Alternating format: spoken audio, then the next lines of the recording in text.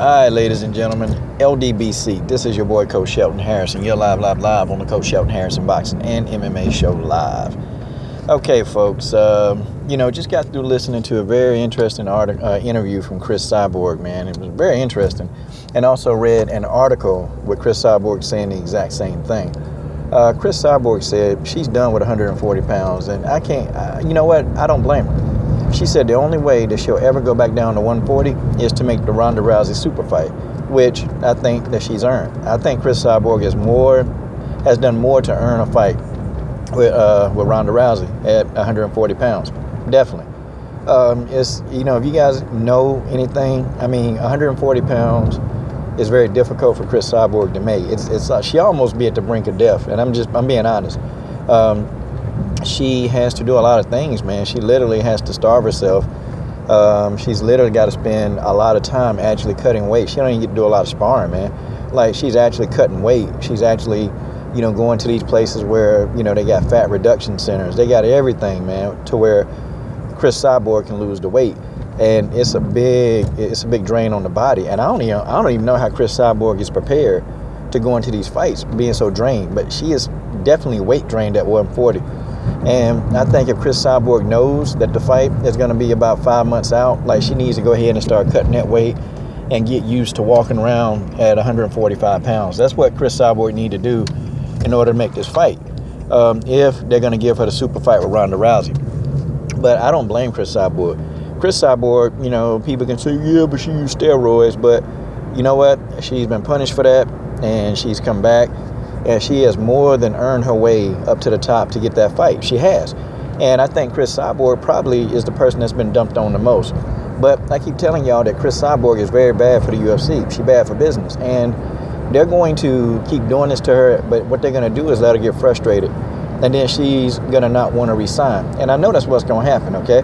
And she'll probably go back to Strikeforce or go back to Invicta or go to some, lower level tier, MMA company, which she's not going to make the money, and she's going to struggle financially again. So, and she's still struggling financially right now, which is a shame because she's dominant.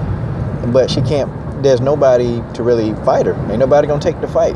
The 145-pound division is pretty much a ghost division, okay? I gave y'all two opponents who I think could literally give Cris Cyborg a run for her money. I think LaToya Walker has the chin to deal with Cris Cyborg. Her game is very one-dimensional, but she's got a chin to at least, take Cyborg the distance. And then you got Megan Anderson, the Aussie girl, who's, she rough, man. Megan Anderson is very rough.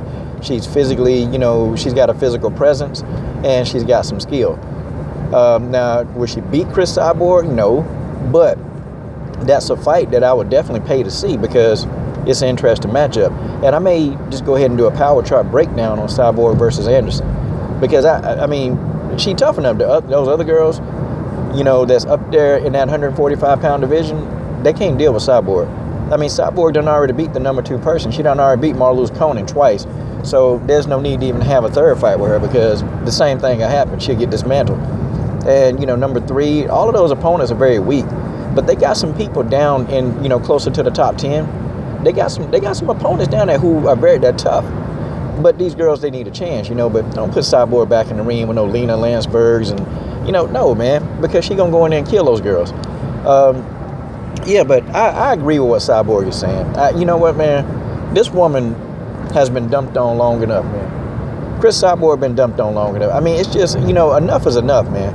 And the UFC, either they're going to have to make a 145-pound division for Cyborg, and so her and some of these other women can compete.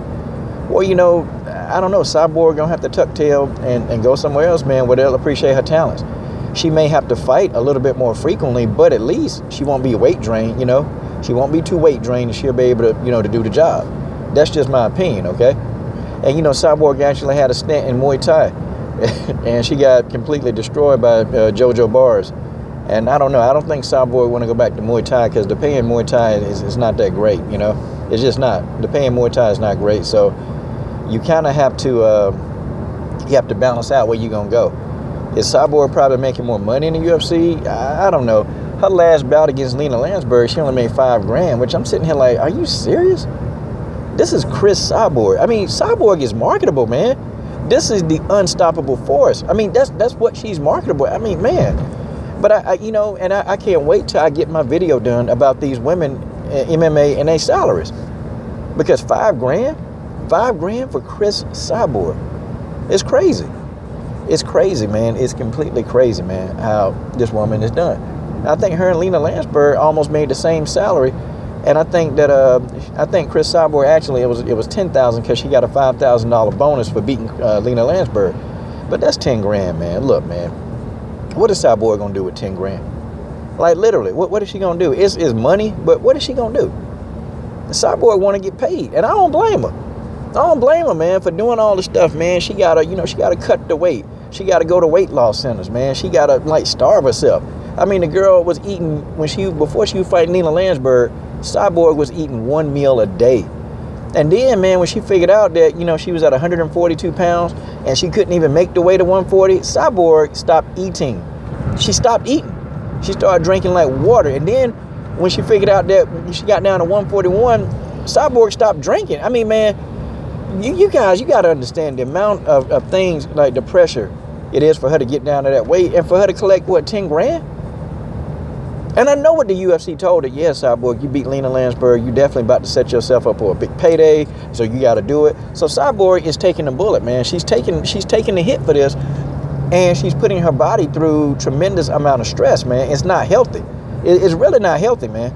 Now, Cris Cyborg, I hate to say it, man. The older she get, if she keep doing this to her body, going down to 140, man, Cris Cyborg could freaking collapse, man.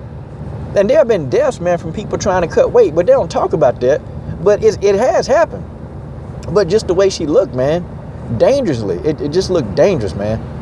But, I hope Cyborg, man, that she really get what she's looking for, man. I hope she do because, even when you see her on interview, man, Cyborg really is a genuine person. Like, she honest and she real.